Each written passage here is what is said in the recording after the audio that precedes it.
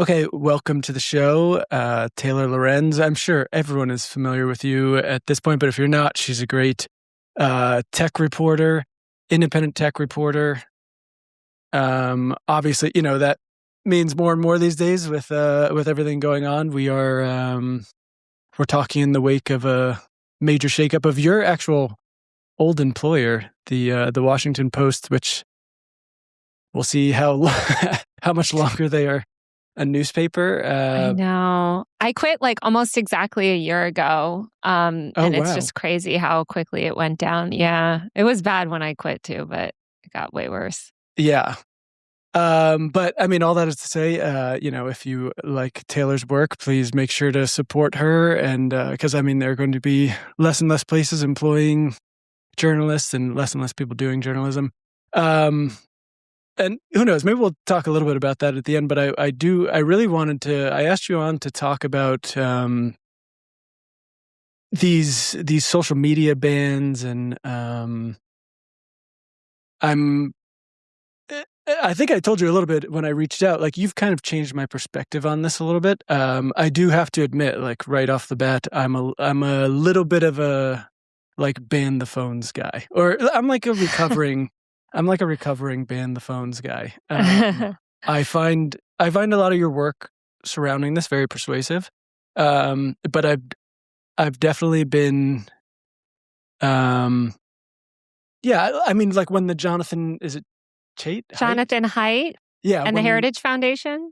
Yeah. Well, they're very persuasive people. I think that's kind of the problem, is that people are so, fed up with phones and social media and like feel like it's negatively impacting them, that when the anxious generation came out, I was like, yeah, good, like, yeah, I knew it, we gotta get these kids off it. And I've been guilty of that with like, because they're turning trans, they're turning LGBTQ, we have to ban them, as Marsha Blackburn said. Yeah. And that's another one, like full disclosure, when probably like 2021, 2022, when the TikTok, or 2023 is when the TikTok ban was, after October 7th. Yes, but like prior to that, they had been talking about banning it in certain states, and like, talking about this whole idea. I was very much like, yeah, do it. Like, get rid of TikTok. And that law that they passed that banned TikTok, it could also be used currently as it's written to ban Al Jazeera or any number of news apps. Yes, well, that was what really, when Mitt Romney and someone else like just fully came out and was like, we're doing this because we don't want kids to find out about, we don't want them to see war critical crimes. Stuff of Israel. And I was like, okay, I'm the bad guy. I'm the bad guy here, and I'm like supporting the bad guys. So that's how they get you. That's how they get you. I know. But that's the problem, is like, I think honestly, we're going to get into it in a little bit, but the work surrounding the like addiction versus habit stuff has like kind of helped me reframe my own stuff. I think I was very much like, I'm addicted and I've been doing all these I bought the brick, which I do love. I love my little, the brick where you like swipe. Of course, there's a whole industry. Trust me, that's another thing we can talk about, sort of like capitalism and these addiction narratives and how profitable they are ultimately for the tech industry itself. They're just selling you a different phone to curb your other phone use. And that phone, by the way, is also harvesting data on you that is significantly exploited. We can get into it. Yeah, the amount of new tech I've bought to avoid just regular tech is I'm like their wet dream. It's terrible. But yes, I want to talk about all this because there's big things happening. We have I think Australia was maybe the first country to pass that under 16.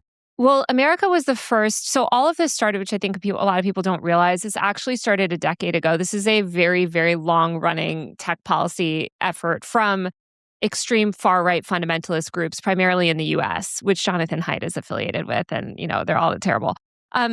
So they realized that it's been a tougher road in America, but Sesta Fossa in 2018 was the first sort of shot across the bow in terms of pushing this stuff forward. If you don't remember, that was this landmark case. It was the first case to really chip away at Section 230 the landmark internet law that protects free speech online. It's like the First Amendment for the internet, essentially. That's how it functions. And so that was like, basically they realized from Sesta Fosta that the way to get these surveillance laws, which is what ultimately these are just surveillance and censorship laws, was through moral panic around sex work and moral panic around children, specifically children and addiction. And that was the argument with Sesta Fosta, was like, we have to ban, all of these websites that are permitting, addiction. Children are getting addicted to sexual content online. Of course, actually, that's what they ended up banning, which was like Backpage.com and Craigslist personals and stuff. It was actually just where sex workers were going to do legal sex work. Like, no child was finding that and becoming addicted to porn through that. But that's the narrative that they were able to sell. And so that Sesta Fosta was this like turning point. And then since then, Jonathan Haidt played a very crucial role in pushing that ban in Australia. And they're sort of trying to set a lot of legal precedents outside of America, because America is it's like the toughest nut to crack in terms of pushing these laws, because we actually do have the First Amendment, which these other countries don't. I was actually shocked to find out, you just said Jonathan Haidt played a role in that Australia law. I was looking into it. I apparently it started with, I wish I could cite the guy. It's an Australian journalist who was talking about it, but it apparently... Cam Wilson? Yes, from Crikey. Yeah. Which is phenomenal journalist. Yeah. He's actually really great. Yeah. But he was talking about how like an Australian lawmaker's wife was reading the book and was like, we have to do something about this. Yeah, exactly. I mean, yeah, that's literally, that is what happened. And I think it shows the danger of all of this stuff, the propaganda. And and I also believe that News Corp, the Murdoch. The Murdoch, yeah, they played a big role, as did a bunch of super far-right religious groups. And also, before we get too far, can you also just like, you briefly described it, but Section 230 is basically this like... So Section 230, which everyone should know, this should be taught, like, I encourage you guys to read the law. It's 26 words long, the sort of foundational part of the law. What it says is that users are responsible for their own free speech online, not the platforms that host them. This is so important. This is the most important law on the internet. It passed in 1996 because without it, there would no be free speech online. So essentially, like, Emil, say you and I are talking on a messaging app or something. Say we're talking on Signal or something, right? Or some other sort of web-based messaging app. You say something, or you share something even defamatory, right? Like, Signal cannot be sued for that speech. You are sued for your own speech. Or if I say something offensive on Twitter, I'll give a social media example. I say something offensive on Twitter. Twitter is not legally liable for my speech. I am responsible for my own speech. Now, that's really, really, really important, because if Twitter was responsible for all of our speech legally, they're not going to host user-generated content. Every single thing on that platform would have to go through legal review. The entire internet would become like Netflix or traditional media, basically, right? Where you'd have to write into the op-ed. Like, this is the legal infrastructure that we have to regulate newspapers and things like that. So it's very important. I think people misunderstand Section 230 a lot, and they think, well, why shouldn't Twitter be responsible? There's so many bad things online, whatever. I can get into the details of actually why that's bad in a sort of, it's like a whole, I don't know how much you want to talk about Section 230, but long story short, do you or do you not want to work? Like, Section 230 also protects Twitter's ability to moderate content. So we want them to do a better job moderating content, but Section 230 also protects their ability to do that. Yeah, I think when it comes to moderation, I think without Section 230, when platforms do try to moderate at all, it basically makes it impossible, because they can then be held liable for, like, if they moderate any words, even if they're like, hey, we're not going to allow the N-word or something like that, then they're like held liable for all kinds of things. Absolutely. No, it would be every single piece of content. And this would not just be true of social media, right? It would be true of forums, messaging, email, everything. All of these services would have to pre-screen all of our content before it got posted online. Do you guys want the government? And by the way, they're pre-screening it to ensure it complies with government, censorship effort, like making sure you're not saying the wrong thing that the government doesn't like. The ultimate goal in this is what I need people to understand. All this social media stuff, all these headlines, all of this is about repealing Section 230. That's what everything is about. And that is the biggest sort of like tech legal fight of our time. But these are all, these surveillance efforts are all like ways to chip away at Section 230. Yeah, I just wanted to get the 230 stuff. Just because I feel like I do watch a lot of things where people throw Section 230 around, and I'm like, I don't think that everyone understands what Section 230 is. But so I'm glad we just... There's so much misinformation. We had Joseph Gordon-Levitt, for God knows why, was up on Congress testifying against Section 230 yesterday. The guy from 500 Days of Summer. Like, we are in like a joke world right now. Why is he against Section 230? Hit record because Joe doesn't want to have any... He has become this voice now, part of this reactionary movement, of this weird right-wing movement where he's partnering with these super weird firms that are like victims of social media, things of like, Johnny is depressed because he went on Instagram too much or whatever. Like, listen, that's bad. I would love Instagram to be less exploitative. The pathway to do that is comprehensive data privacy reform, so that Instagram can't target little Johnny with their algorithms and stuff, and pass algorithmic transparency things that, like there's so much we could do. Also pursue antitrust litigation against these companies so that they're forced to compete. And Johnny doesn't have to go on Instagram. They don't want to do any of that.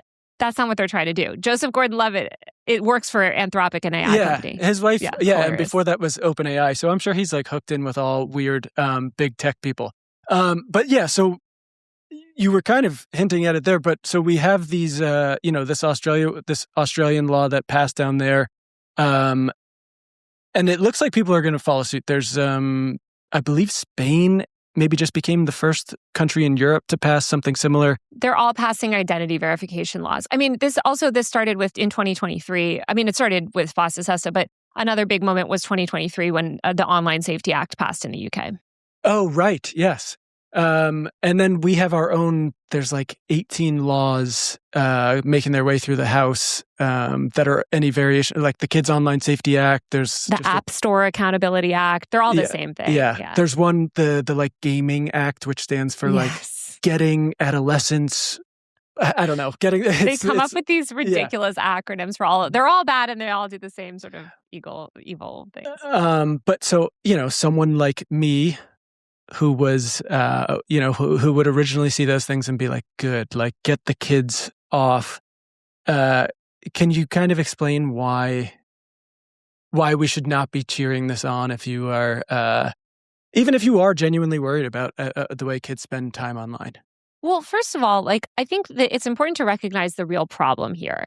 The real problem is, in my opinion, and not even just my opinion, if you speak to people like Candace Odgers or Alice Marwick and read their work, these are people that have dedicated their entire lives. These are the best researchers in the entire country at places like Princeton, UNC, et cetera, studying this. Their entire life's work is studying the effect of social media on young people.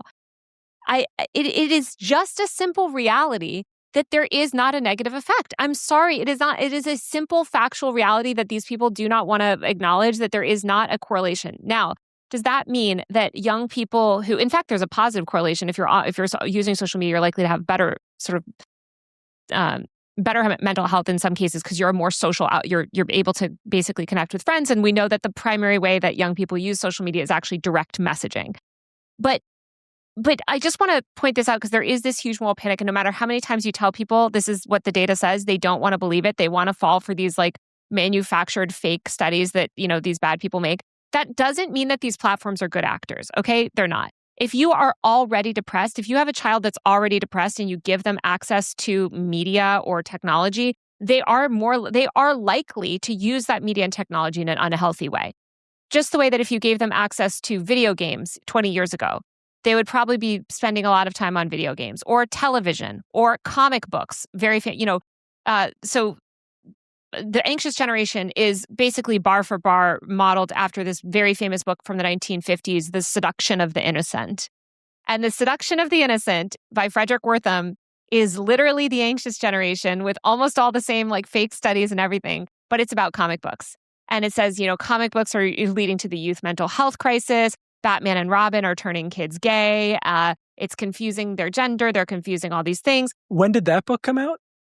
In the 1950s, when they banned comic book. Let's not forget. So all of these, they banned this. We've seen this moral panic so many times before. We've seen this moral panic with novels. We've seen this moral panic with television, with Walkmans, with pagers, like every form of, I'm a millennial. I don't know how old you are, but like we had the video game panic when I was growing up, where it was like, I remember I wasn't even allowed to play video games because they were like, you're going to become like the Columbine shooter. It's so dangerous. Oh, now we had it with even like with certain types of music, rap music, or like exactly. Flipper Gore was going on TV and being like, we cannot let these kids have these CDs. They're corrupted. Well, they actually, what's so funny? There were all these fake studies that like, again, these are cited in mainstream media saying that listening to Walkman, because you were taking the music and listening to it on the go, it would alter your experience of the world.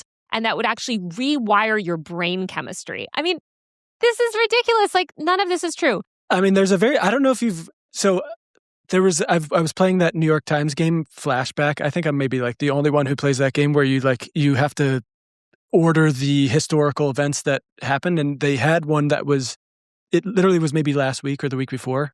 And I wrote it down because I was like, oh my God, this is like what Taylor is talking about a little bit. But they had one that when crosswords came out, they basically had their own little moral panic of like, they're ruining people. They're like, there's a craze. We need to ban these things. And I had to look it up. I was like, this is nuts. Crosswords? And that was in the 20s and 30s. Yeah, exactly. I mean, we've seen this time and time again. And every single time people argue, but this is different. This is different. You know that it's not different because it's about the content. That's what fundamentally this whole moral panic is about. It's not about social media. It's not about the design of social media. The design of social media apps is actually, we have, for instance, you can look, right? There's a million different Twitter clones. There's a million different social media clones. There's Coursera or these other learning platforms that are literally like just clones of YouTube with different content. I always tell this to people. If TikTok was just Wikipedia articles all day long, right? Like, would you be trying to ban TikTok? No, you wouldn't, because it's about the content. And so we just need to recognize this is just a new moral panic about media and content. That doesn't mean that these companies are good actors. These companies are bad actors. Sorry, can I ask a question about that a little bit? Because so this is one of the things where I'm like, I guess I'm a little bit confused when you say it's like about it's about the content, not the design, you say? Yes, because every design, every form of media is meant to keep you engaged. So we had a big moral panic with the comic book stuff and with novels where there were cliffhangers. Or with television, it would be same thing. It was like they were basically like making cartoons really bright or, using loud music to keep kids engaged or music, I mean, you could literally think of like Spotify, right? Which has the up next song. It's keeping you hooked and addicted and it's harvesting all your data to play like the perfect next song. And like, sure, like, again, all of these things are meant to keep us engaged. I'm not arguing that. And there's actually a lot that we could do to make that, again, data privacy, to make it less hard for them to target us with our own data. That's great. But fundamentally, we have to acknowledge that what this moral panic is the content. Because those quote unquote addictive, like for instance, the concept of an endless scroll, which they constantly cite as this bad addictive thing or whatever. Endless scrolls are on everything, but we're not addicted to everything. We're addicted to the content. The content is highly engaging. The content on TikTok, the format of it is highly engaging. Just the way that the format of novels and comic books and other forms of media is highly engaging. I do think, but the design does come into play in the sense that they're very good at tweaking the design of the platform and making it, for example, a small one that I noticed recently is like, they changed, and whoever the engineer at Instagram who did this should get a raise because like it really works. But it used to be that when you clicked the message part on Instagram, when you were done messaging, you were able to scroll back and you would get to your homepage. But now when you swipe to scroll back, it just takes you right into Reels. And so when I go to answer a message, I scroll back and I go, and now all of a sudden I'm like watching Reels and I'm going, wait, I just wanted to answer a message. And I feel like there are so many things that have to do... Well, you could argue the same thing for email, right? When email clients, started to be redesigned in sort of the Gmail format, right? And it made it easier to see more emails and people were responding to more emails and navigating more emails. And there was a lot of anger and people are like, oh, this is just encouraging more email and da-da-da. Sure. Yeah, you're right. I mean, same thing with Spotify. Again, I just go back to Spotify because Spotify actually replicates so many of these social media dark patterns, like almost exactly. Are you hooked? Are people getting hooked on Spotify? I mean, yeah, like, again, yes, these apps are designed to show you engaging content, but it is the content that you're engaging with that is like that is keeping you engaged. If that content was just a picture of saltines or so, I mean, food delivery apps also do this too, by the way. Like But this is what I'm saying. Like media, this is not a new thing in media. Keeping you engaged is not a new thing. Of course, they're going to try to make newer, more engaging forms of media. And as those more engaging forms of media, from novels to comic books to TV to videos online, yes, these are getting more and more engaging. But ultimately, it's media, and we can't be regulating media. We need to be regulating these companies. And if you have a problem with the companies, there are actually really effective regulations that we could use to curb their power to target us with more engaging content or whatever. But we should be regulating that and not the content. Right, because as it stands right now, these like the Australia ban or the Spain ban, where you're just getting full blanket bans, basically equate to... Well, they're not bans. Their identity. What it is.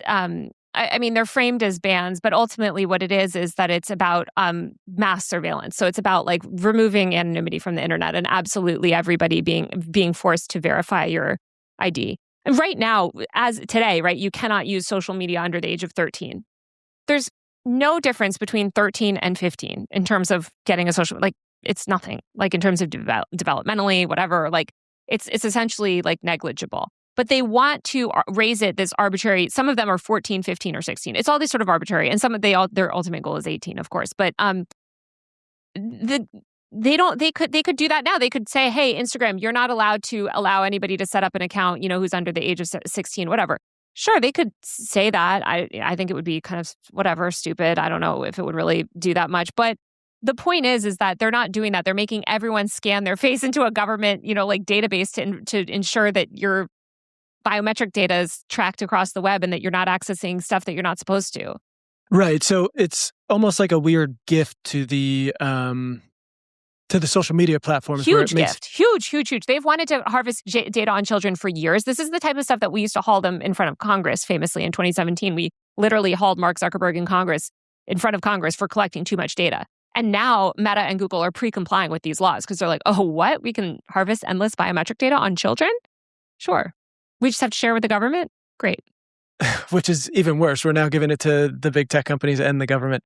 But yeah, so they basically equate to, allowing these big tech platforms to push censorship and also allowing them to collect massive amounts of not only biometric data, but then also, I mean, some people are just fully uploading their government-issued IDs onto these things, right, to prove their age. Yeah, you have to. So they don't know who is under or over a certain age. Again, they could do this where they could just force these tech companies to say no one under the age of 16 is supposed to create That's how it is at age 13, right? If you're under the age of 13, you can't create an account. Now, do they verify that? No, they don't verify that in the way that they're scanning your face or whatever. It's really up to parents to verify and to parents to take care of their children and make sure that, hey, again, Johnny, don't sign up before you're 13. Or, they do put things in place where like, if you sign up and you make your birthday under 13 when you turn a certain age, when you are of age, like your account gets deactivated. So like there are safeguards that they have in place to make sure that like children aren't signing up en masse. But overall, it's the parent's responsibility to determine when their child is ready for social media. Some kids are not ready at 13 for social media. It should be up to the parents and as a family decision.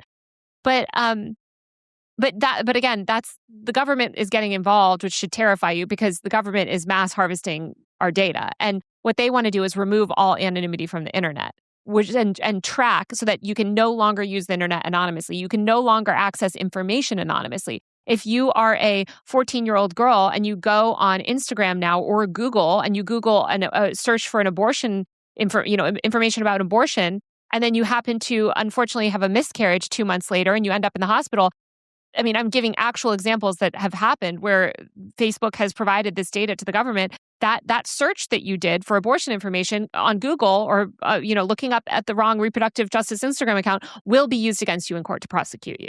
Yeah, there are some pretty actual very gnarly examples of this being used. I'm sure there are also outside of reproductive stuff. I'm sure with everything getting crazy with trans laws and everything, I'm sure and ICE and immigration. Oh, and yeah. People seeking their immigrations. They Googled the wrong thing or they looked at the wrong Instagram account. Like if the government tracks absolutely everything that you do and consume online, and all of this data is being harvested, and you're allowing these companies to harvest even more data, surveil you even closer. that's delusional to think that that's going to help you in any way. Like, that surveillance is bad. We should want more privacy laws. That we should want the opposite of everything that's happening. Could we also talk a little bit about, you've done a lot of reporting on kind of this distinction between social media addiction and this like habit forming thing. And I find it fascinating. I think it also might help some people who maybe think they're stuck in this addiction thing. And so maybe can you talk about why you argue that people It's aren't... not me. It's every expert. Again, if you talk to actual experts, and I'm talking real experts who've dedicated their lives to studying this, there is no such thing as social media addiction. That is not in the DSM-5. That social media, again, different forms of media, music, video games, etc., they are very engaging. I'm not going to argue that. Like, I just like think of, when you think of media, think of something like music, which they used to make these arguments about, right? Like jazz music, rock music, rap music. Like, is that addicting? Okay, like you can have a harmful relationship with media to the point that like if you're in your room for 17 hours a day only listening to the Beatles record on repeat to the point that it's a detriment to your life, that's unhealthy behavior. No one would argue that that's healthy. And if you're doing that, in different ways, like with any form of media, that's unhealthy. So I'm not arguing that people can't develop very unhealthy habits. But ultimately, that's very different than addiction, which has a specific sort of characteristics, often very physiological characteristics. And the reality is that these platforms are not physiologically like addicting us or whatever. That doesn't mean that people can't have harmful relationships with them. And this goes back to like habits, where I had a researcher on who's studied habits and came out with this really great study at Caltech recently, where like if you think of social media use as an addiction, it actually makes it harder for you to moderate your own use, because you feel the way that you tackle addiction is the opposite of how you tackle changing a habit. And I just want people to have these nuances and have these better understandings, because I totally understand spending too much time on your phone or being like, oh, why did I get sucked into like a Reels hole, whatever. Like, again, these platforms are built to keep you engaged. I'm never arguing against that. But to change it, you cannot have this mentality of addiction. Number one, because you're buying into a very harmful moral panic that's being used to manufacture consent for surveillance laws that are actually just going to make this problem of addiction, quote unquote, even worse, because they're going to be able to target you even more effectively. But second of all, it takes you out of the driver's seat and takes you out of control. So there are just different ways that you can moderate habits. I don't know that Ian, who I had on, gets into it. That there's a lot of like advice online about this stuff, but sort of replacing one habit with another, like being more intentional about things. Like I'm all for people developing more healthy relationships. Yeah, I mean, but it's very funny because I've just been on this kind of like on this journey to get away from screens a little bit more, and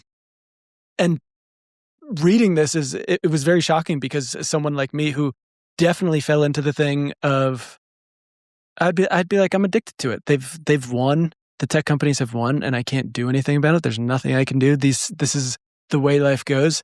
And reading, especially some of these studies, there was one from I think you linked to it, and then Tech Dirt was talking about it. But they basically said the results were clear and somewhat striking. Simply priming people to think about their social media use as an addiction reduced their perceived control, increased both self-blame and blaming the app, and made them recall more failed attempts to cut back. The addiction framing itself creates a feeling of helplessness. The addiction to addiction framing may be a big part of the problem.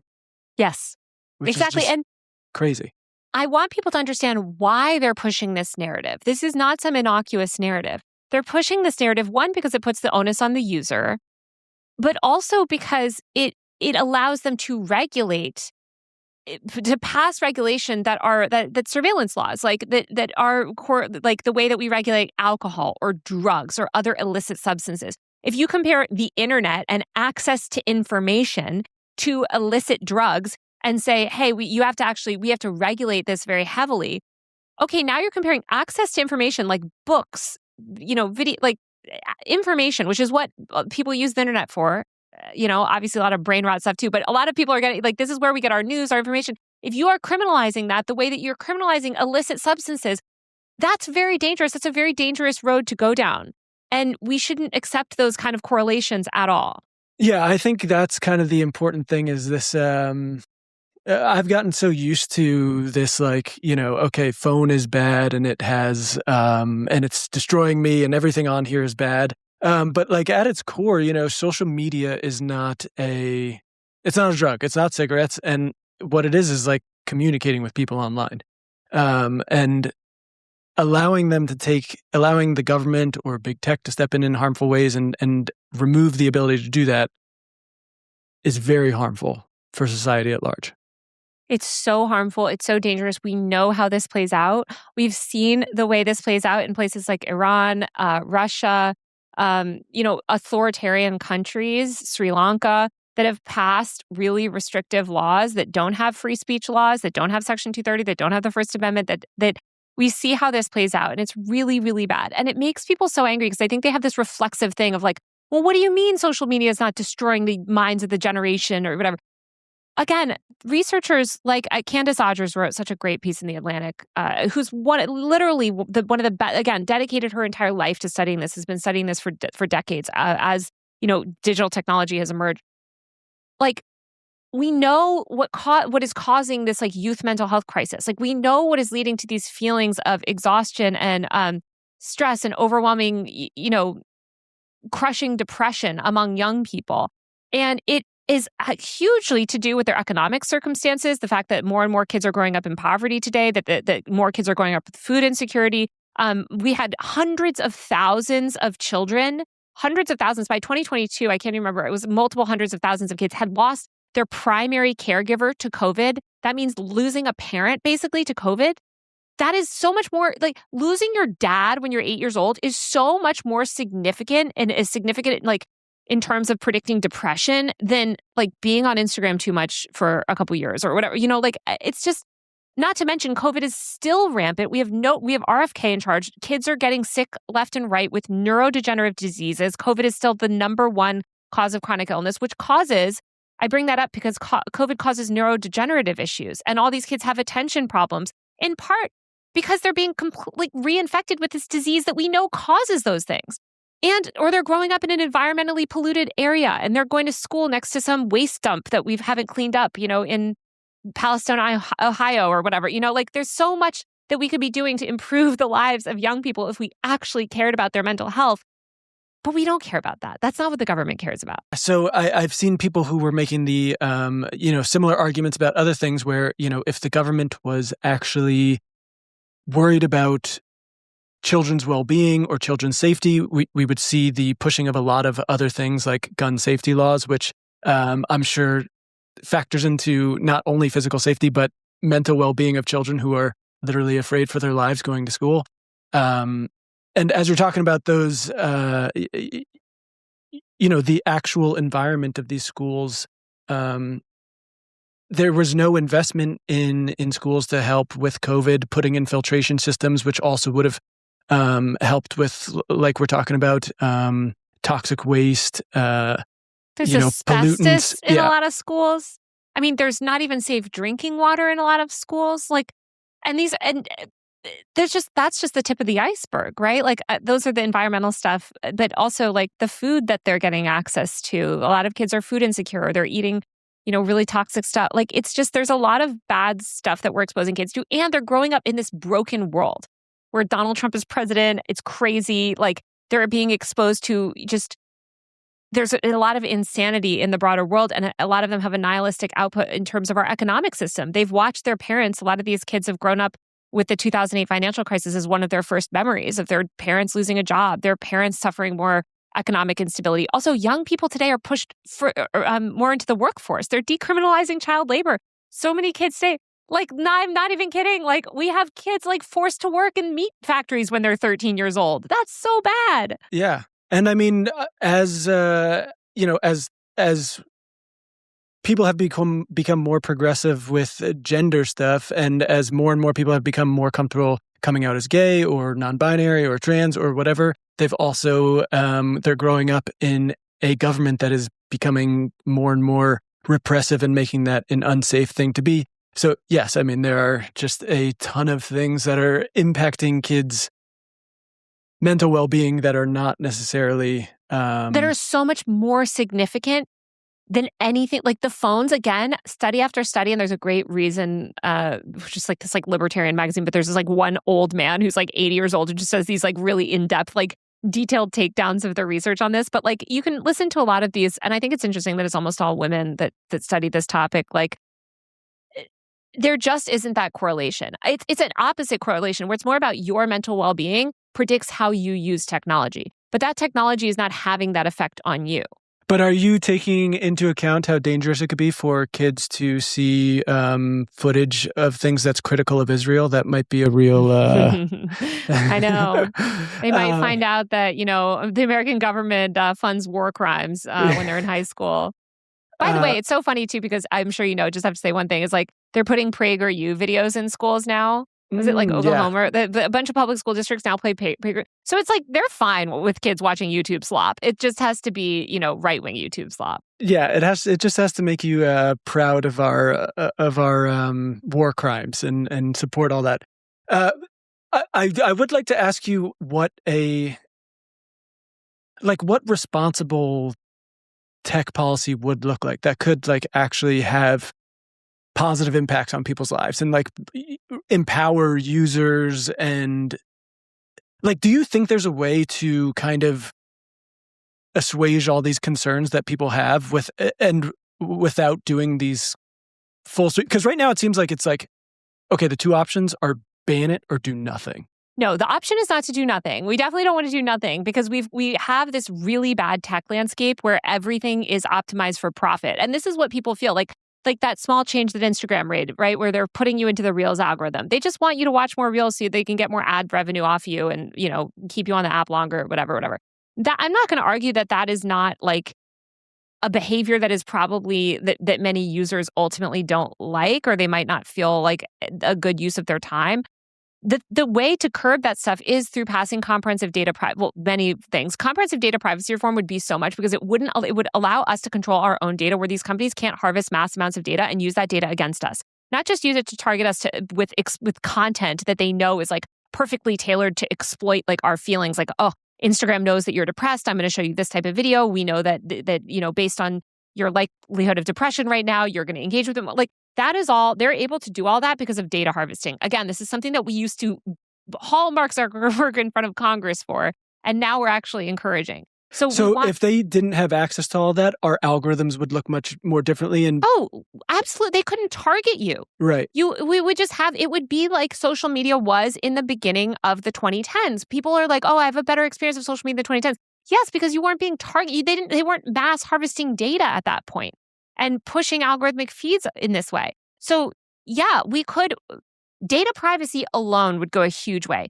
Another big issue and thing that people like about sort of like the old internet, when you hear this sort of nostalgia, is that there was a lot more choice, a lot more platforms.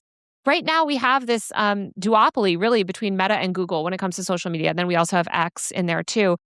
What I thought was so appalling is like last year we had actually legitimate antitrust cases against Meta and Google. The government lost both of them.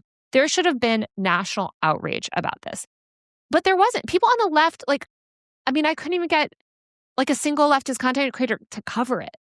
And I know not everyone's a tech reporter and ICE is pulling people off the streets. Like there's so much bad stuff to cover. But this is like, you cannot claim to care about social media and want to ban the phones and push all this stuff. And then we have the opportunity to break up Meta and Google both in the same year and we fumble it and nobody even talks about it. That's crazy. So we should break up these big tech companies and we should prosecute them for anti-competitive behavior. We know that Meta engages in illegal anti-competitive behavior where they drive any sort of nonprofit, more any other platform that's small, that's focused on the public good, even the smallest ones, they go after them. Like, look at even Blue Sky. Blue Sky, Mike Masnick, who's been involved with it, has talked about this. Like, these major tech platforms are really bad, and we could force them to basically be less profit-driven, to not be able to make as much of a profit off of us. We could break them up to make more competition in the tech market so that people have options. Yeah. I mean, how much, how optimistic are you about that? I know obviously we're in a bit of a tough situation currently with the current administration. Obviously, every big tech person is lining up to kiss the ring for Trump.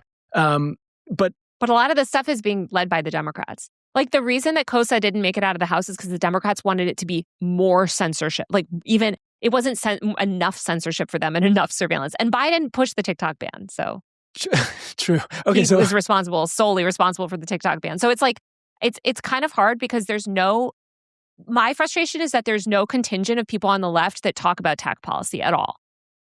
And on the right, tech policy is central. Like tech policy is so central to Project 2025. It's so central to everything they do to the point that they have the far right was so integral in getting Elon Musk's takeover of Twitter to push that forward.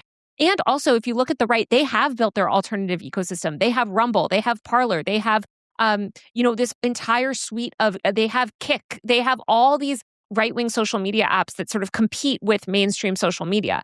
Isn't there kind of like a new left-wing TikTok or something? There's Upscroll. Upscroll, yeah. Which is great. I support them. Okay. Well, I love them. That's one app that was started a couple months ago that is very, great. I love Issam who's doing it. And I think it's wonderful. I really support his mission, but that's one guy who's based in Australia, which also I don't think bodes very well for their, censorship stuff. But the left, I'm talking about leftist activists, leftist content creators, people with real platforms on the left have completely abdicated on tech policy, or they're out here pushing Heritage Foundation talking points. And that's what's so frustrating. Aside from groups like the EFF and Fight for the Future, whose job it is to get involved in tech policy, it's not a lot of people talking about it. And that's a huge problem. I think it's a bit more difficult to get in the weeds on some of this stuff, especially when you're talking about, I remember following the Google antitrust cases and, being very excited about it, hoping something would come of it, whether they were forced to sell off Chrome. The Meta one was the Chrome stuff, it's that would have been good, I think. But the Meta thing, if they unwound the Instagram deal, think how radical that would have been. Well, and we're also in this very difficult position where there's so much precedent of these things being pushed through, where you're fighting against the Obama years were so good to big tech. I know. I know. They basically just coalesced into monopolies and completely changed. And I know all the legal arguments. I know why they lost those cases. My feeling is where's the outrage? Because here's the reality. We could prosecute both of those companies for a lot more anti-competitive behavior than we are currently going after them for. They are doing, look at Snapchat, right? All of the bad stuff that they did, Snapchat was so ascendant. Obviously, Evan Spiegel turned down Meta's offer. And now it's sort of this fourth tier social network. But there's so many other platforms like Blue Sky and these other ones that you see. I think we also need to support decentralized social media that's not profit driven at all. Things I'm on Mastodon. I know no one else wants to be on Mastodon, but seriously, if you walk the walk, because all these leftists are oh, Twitter, it's brain rotting me, da da da. I'm okay, I don't see you on the other alternatives. Yeah, I don't even really know exactly what Mastodon is, a or Twitter, Blue Sky or whatever. It's basically it's the Fediverse, but the Fediverse is it's a different model for social media where it's sort of centralized or it's decentralized. So there's no sort of one owner. Each person kind of has each community has their own different servers, and each server governs their servers in different ways, and it's all sort of transparent. It's basically not a profit-driven model of social. It's everything that leftists claim they want social media to be, and they never engage with it. And it's not going to give you the most engaging content the way that Instagram can. But I think we could invest in some of these alternatives and build them up and build power on them the way that the right has built power on their right-wing platforms. But we need people to start caring about tech policy and to stop buying into this social media bullshit addiction stuff. Yeah. When it comes to teens and these chatbots that are getting extremely popular now, do you have... Okay, first of all, generative AI is not protected under Section 230. So I think it's really important to understand the difference between user speech, human speech, our speech, and an AI speech. And right now, you have all these AI companies trying to make these arguments generative AI is its own speech and da-da-da. And it's okay, I actually don't want to protect the speech of AI, but I do want to protect open access to information. And I do want, I know people are going to be able to get information from AI, and I think we need a lot of transparency laws around these AI systems. But let's just be very clear, we need to protect human beings' ability to speak freely before we worry about protecting AI's ability to speak freely. Right. But with like the same way, I think there's a similar worry right now about teens with like the moral panic of like it's telling the child to kill themselves or something. Yeah, which I mean I do find worrying about. There's a number of cases where there are always going to be those edge cases. I will say it's same with the social media. Like it's very debatable. Like some of them are harrowing, but some of them are also like you don't necessarily know. Like I just remember this where I was investigating a story. This was back when I worked at The Atlantic about some of these parents that claim to be like the victims of social media, and some of these kids like were sexually assaulted, or like there was actually, the story was a lot more complicated than they like went on Facebook one day and saw the wrong meme and did something horrible.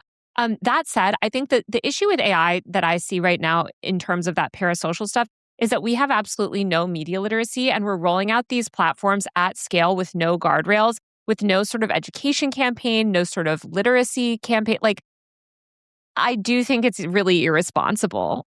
Oh, yeah. I mean, we're just letting these things that are completely untested, that they say, the accuracy of these things is, do your own research, because we don't know if what it's going to tell you. It's going to hallucinate. It's going to do whatever. And they're just pumping it out to as many people as they can and saying, have at it. And I do want to protect people's ability as well to use it anonymously. Like, I think the worry right now is like, well, teens shouldn't have access to blah, blah, blah. Like, you saw this with the World Wide Web itself, where they wanted, this is what the Communications Decency Act that Section 230 was part of, was all about. It was like, what if children go on the wrong website and they get they get dangerous information, they learn about gay people? And you see these arguments being made with ChatGPT too, although they're trying to lean more into like, it could make your child kill, which is what people have argued about video games. I don't think that is a widespread problem, but I do think that it's like concerning that these companies are leaning so hard into like the parasocial aspect, like, that they're not putting a lot of guardrails up. That said, I want people to be able to access information anonymously. That is so important for democracy. And I do worry about like this world where everybody gets so moral panic about the AI that we all have to scan our faces, for every ChatGPT search. And that's bad. I also want to bring up a point that I think I saw you make, which is that, there's so much of this moral panic is being made about the children, when people really should be focusing on the fact that adults like us are also using these platforms that can be very harmful. Like, obviously, I'm 36 and I'm telling you, like, oh, I've got all these issues with the way I engage with these platforms. So crazy. It's like these people that argue about all the harms of the children and the harms of the children. Okay, adults are using, nothing magically changes in your brain, from when you're 17 to when you're 19. Like, it just, you evolve and you grow up. But like the bad practices that these companies are doing for profit, because that's ultimately what it's all about, is like, their endless pursuit of profit. Like, they're not good for adults either. They're not. None of us want to live in this like capitalistic hellscape where like every single fraction of our attention is being used for profit. Like, that sucks. We should have a better, less profit-driven internet, and we could have that. Right. Which, so like pushing for all these, let's get children off. Let's make sure adolescents can't game or whatever the 18 laws are, is not going to force big tech to create platforms that work for ordinary people at all. No, it's not going to do anything other than allow these companies to harvest even more data, allow the government to have even more data to surveil, to use against us, to push mass censorship, which is ultimately what all of this is about. I mean, to me, the TikTok ban is such a good example of this, right? Because like, it was all moral panic children stuff. Remember the fake TikTok challenges that they were coming up with, where they were like, it's TikTok kick a teacher day, kill your friend day, and it's like none of these were real.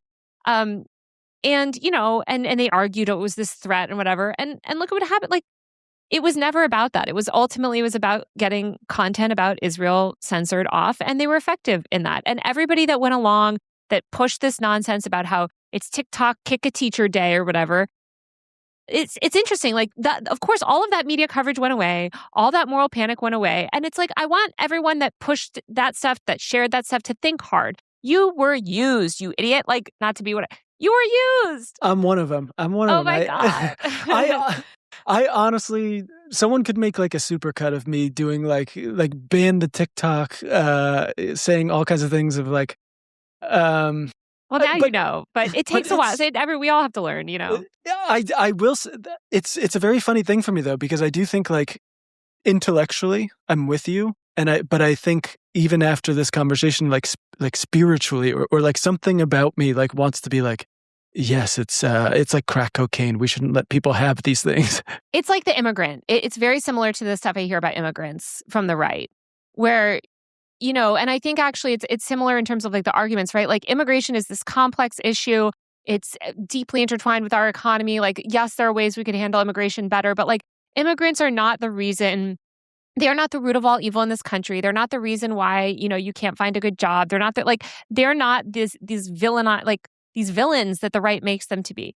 But you can have all these conversations with so many people, and I have on the right, like through reporting, and they spiritually still feel like, well, that brown person is evil. That person is bad. That person is going to they shouldn't be here. They're going to take my job and we need to round them up and whatever. And the right succeeds because they have these very basic messages that resonate with people and really resonate with people's emotions.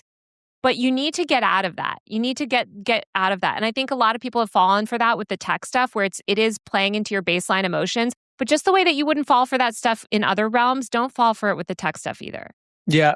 I mean, I think that's a great place to leave it. I think, I mean, that feels very relevant with the ICE stuff. I think even among liberals, there's that like, you know, they're like, what I'm seeing is bad. I don't like what ICE is doing. But then they like kind of hit this wall where they go like, but we have to get rid of the immigrants, right? And you're like, wait. No. Stop it. Yeah. But yes, so I think that's, I think getting people to reframe this entire subject of tech is going to be very important. You've helped me a little bit. I'm going to be having a more healthy relationship with my tech. And I encourage everyone to, if you feel that like pull of I'm helpless to this, I'm addicted, you're not. You can form new habits and you can do things. In the meantime, until we do force these tech companies to comply with data laws and give us more control back. But we should. We should. I don't know how soon that's going to happen, but yeah. But hopefully, well, thank you soon. For talking about it. Hopefully reach someone that's listening. Yes. Do you want to tell people where they can find you and your work? Yeah, I'm just Taylor Lorenz on every app that you can think of because I am on. I'll see you guys on Mastodon. I'm also on YouTube and Instagram and TikTok, etc. Just at Taylor Lorenz. Yes, go follow Taylor's work. It's some of the best tech reporting, and she's cutting through all of the moral panic and giving you the real story. So go follow that.